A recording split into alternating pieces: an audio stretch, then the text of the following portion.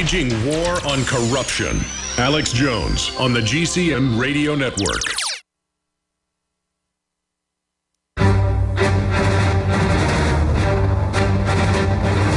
Big Brother, mainstream media, government cover-ups. You want answers? Well, so does he. He's Alex Jones on the GCN Radio Network. And now, live from Austin, Texas, Alex Jones. It's the final hour of the Alex Jones Show Live. I'm Paul Joseph Watson, sitting in for Alex. We're talking to NSA whistleblower and investigative journalist Wayne Madsen. Going to go to another of your calls right now. The website for Wayne, by the way, is WayneMadsenReport.com. We're going to go to Austin in Michigan. You're on the air. Go ahead, Austin. Hey, how's it going, guys? Good. Go ahead. I was calling about a number of things. One of the things I wanted to ask about, what's been going on with Russia and Ukraine, as well as Ebola and stuff. Could that also be like, a preset, kind of a fog of war for things that might possibly be going on in North Korea or China that China's trying to do? Well, I can. One thing about ISIL that I also discovered from talking to journalist colleagues that gathered in Tehran for this journalism, and many professors were there as scholars, whatnot, is that ISIL's leadership was controlled by some North Africans. And a couple of weeks ago, the CIA and their other controllers went in and had Chechens from the Republic of Georgia and Uyghurs from Western China basically killed their mostly Tunisian commanders. They actually beheaded them in Syria, and they took over. And the idea is that the Chechens from Georgia and the Uyghurs from Western China, after they take care of Iraq and Syria and Iran, are going to go after Russia and China, respectively. So there's more to this whole ISIL story than we're being told. And I think all the suspicion should go on CIA Director John Brennan, who made the pilgrimage to Mecca. He's very close to the Saudi regime. He's the guy who's been promoting these radical Takfiris in ISIL, and he's the guy who really needs to have his head on a stake, and no one else, because he's the guy who is ultimately responsible for this group being created. Anthony in Florida, you're on the air. Go ahead. Quick question. Yes, I have two questions for Mr. Madsen. Only time for one. Make it quick. Okay. What does he think of the? What does he think of the fact that? Does he believe that China at some point might challenge the United States in the same way that Germany challenged the British Empire?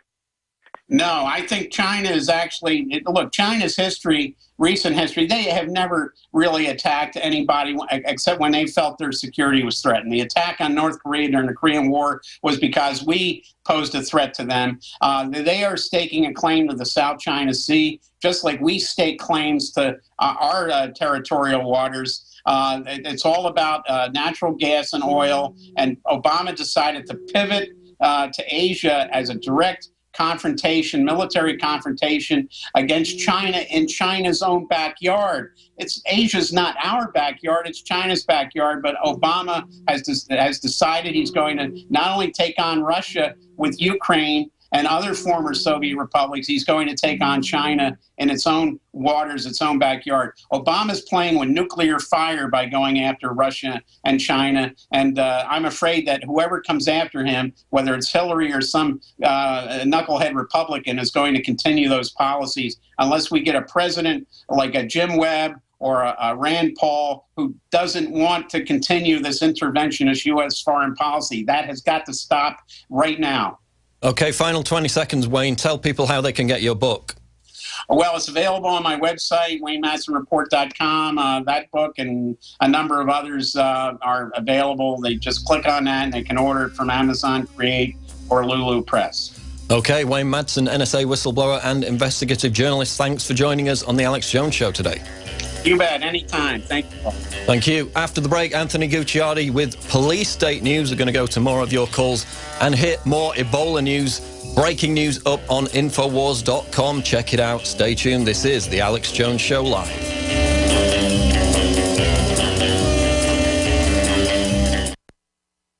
The government's Department of Homeland Security is buying up loads of ammo. At the same time, they're restricting civilians' rights to own and purchase firearms. Can you put 2 and 2 together? Infidel Body Armor can stop every round, including hollow points and .308 sniper rounds. Is reasonably priced and fully legal. But for how long? Go to InfidelBodyArmor.com, spelled INFIDEL bodyarmor.com. Infidel Body Armor. Just won't quit. When cells become toxic, they die early and aging sets in. No one has put together a formula that focuses directly on brain health, nerve growth factors, and optimizing your cellular energy at the same time. Just one of the key compounds, BioPQQ, is backed by major clinical studies. You want the best that's out there at the lowest price anywhere? We now have the synergistic solution. Secure your DNA force today at InfoWarsLife.com or call toll-free 888-253-3139. General, what do you think about the FBI saying that there's a terror alert on Monday about a potential Fort Hood situation? The police are shoving people, shoving Alex, shoving the crowd. Here we go, folks. I'm being assaulted. Whether it's the radio show, the news websites, documentary films, or the nightly news, InfoWars is the tip of the spear. Is this another false flag stage attack to take our civil liberties and put more homeland security on sticking their hands down on pants on the streets? It's up to us to set brush fires in the minds of men and women everywhere. And that's what PrisonPlanet.tv is designed to do. You watch, the Assad regime is going to be blamed or accused of using chemical weapons against the so-called rebels. What we see now is a war against reality. It's a war against the truth. It's more vital than ever that supporters of freedom become members of PrisonPlanet.tv and share their membership with up to 11 friends and family. Visit InfoWarsNews.com today. Become a member, share your membership, and help take the InfoWar to the next level. Another major health threat, this one in Toledo, Ohio, where everybody in the entire city has been told not to drink the water. Ohio's governor declaring a state of emergency. Did you know that the average person uses about 80 to 100 gallons of water at home every single day? If there's a water emergency, will you be prepared? Panicked residents forming long lines throughout the day. We're here at a supermarket in Toledo. You can see the shelves empty where water once was. To stay safe and healthy during a crisis, you must have access to safe, clean water. Water which will not be available at your local grocery store. There's a mad dash on right now to stock up on supplies. The ProPure Pro 1 G2.0 water filtration system is a must-have for every modern, independently minded household. Protect your family's safety during an emergency. Go to InfoWarsStore.com today to purchase your ProPure Pro 1 G2.0 water filtration system or call 1-888-253-3139.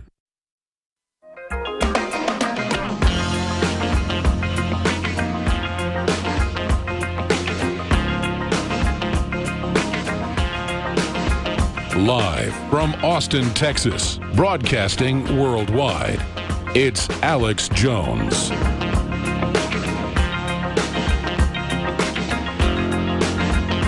We're back live on the Alex Jones Show. I'm joined in studio by Anthony Gucciardi, who had an interesting experience this past weekend in Houston with grope-down procedures being conducted outside of music concerts. Of course, we've seen that back before. In 2012, we had a report where the Detroit Music Festival was staffed by these individuals who carried out TSA-style grope-downs. We're going to talk about that. Ebola. We're going to go to more of your calls at 1-800-259-9231. Anthony, tell us about this experience this past weekend. Well, it's amazing to me that no matter what you're doing, it seems that you cannot escape the police state. You cannot escape being treated like a terrorist in the way that they once said that these groping protocols, I'm talking about flashlights looking down your pants, and there's photos we're going to show you if you're watching live on PrisonPlanet.tv or Infowars.com/show. But overall, you cannot escape being groped and treated like a terrorist. And what happened was I was convinced, hey, you know, with some friends, let's go see this show. Let's go see a major show. It's outside of Houston at this pavilion. and I actually thought the whole premise was it's a distraction, right? Get away from all of this, get away just for a couple of hours from the whole spectrum of the police state and all of this research. So not only, though, is there a 2-hour line to get in, about a 2-hour line sitting there waiting because of these security agents, which is a private security firm led by these police that were going back and forth. But what was happening was it was a TSA-style search. I'm talking about, and we're going to show you, having people take their shoes off, lifting your shirt up to about your nipple area, them going in with flashlights, grabbing your pants and boxers, pulling them back, looking in. And meanwhile, there's speaker systems saying, like, stay in an orderly line. You will be searched according to the security protocols of this pavilion. You know, just worthless bureaucracy. And all of these security, quote-unquote, agents are like, nothing against them, just, you know, 70-year-old men that probably couldn't work at Walmart going in and searching you and just asking you the same questions. Do you have anything on your person that's not allowed in the venue? And they just will pull your pants back with a flashlight and search you. And there was an older guy next to us who was really nice, and he just was like, oh, yes, I haven't, you know, been to such a venue in a while. He was walking through, and they're like, okay, sir, take your shoes off. He had a cane. He couldn't even walk, and he had to bend down. Someone was trying to help him take his shoes off. They didn't even help him at all. Some woman had to help him. And we had been saying things like, you know, this is insane. And I went and I said, look at this Al-Qaeda terrorist right here. And it was the older guy, right? And I'm going to go into the story a little because there was a guy in front of me with a crew cut. And he looked like a Fed, really, but I didn't think anything of it. I'm not always constantly saying Fed, Fed, Fed. But as it turns out, it was me and my friend. We were saying, look at this, you know, racist over here being facetious. Look at this terrorist. Look at this Al-Qaeda operative, this older gentleman trying to get through security. Well, the guy in front of us didn't like that, and he was with his wife. And you've got one that can see. Yes, exactly. Well, he was saying to her, you know, no, this is good. This is actually helping people, blah, blah, blah. But we kept saying, like, look at all these terrorists, being facetious because we weren't going to stand for it. I was thinking about leaving. So he goes up and actually tells his cop buddies, oh, those guys are causing trouble over there. So by the time we get up there, not only did they just search us with the whole make you take your shoes off and everything like that, which they didn't make me take my shoes off because I acted like a subservient little peon, but they double searched us. I mean, he was literally taking the flashlight and looking down my boxers. Meanwhile, people are coming in from Ebola-hit countries and getting absolutely no questions whatsoever, receiving no treatment. We had the doctor earlier, we had the CNN news crew a week before that, but God forbid, Anthony, you should try to go to a music concert and have fun, then they'll be really on you. I mean, ridiculous. Well, that's the whole point, and I've actually wrote an article about it with some pictures you can see on Infowars.com. It just went up about 4 minutes ago. The key thing here is not only is this a crazy enactment of the police state, a crazy show of power, worthless, they're not catching terrorists. I'll give them exorbitant amount of money if they caught a terrorist with ISIS that night. Now, here's the thing. They are not even screening the Ebola patients, the Ebola victims that we know are coming from West Africa or wherever. They're not even screening them with the degree of scrutiny that they screened me to go into a concert. Exactly. The people with Ebola that hypothetically they're saying, you know, it's so bad, and we talked about 2 weeks ago about it, our predictions. I think we have a clearer view now. We get into that too, where the end game is going. You take callers to get their opinion. But overall, I think we finally understand where it's all going. But they're not even screening people with Ebola like this. But they're going to make me take my shirt up and look down my boxers with a flashlight to go listen to some music. Yet they can come in and pose a threat, as they claim, potentially to millions. Millions could die from an Ebola patient, since the nurses apparently in full hazmat gear can still get Ebola. But that's not a big issue.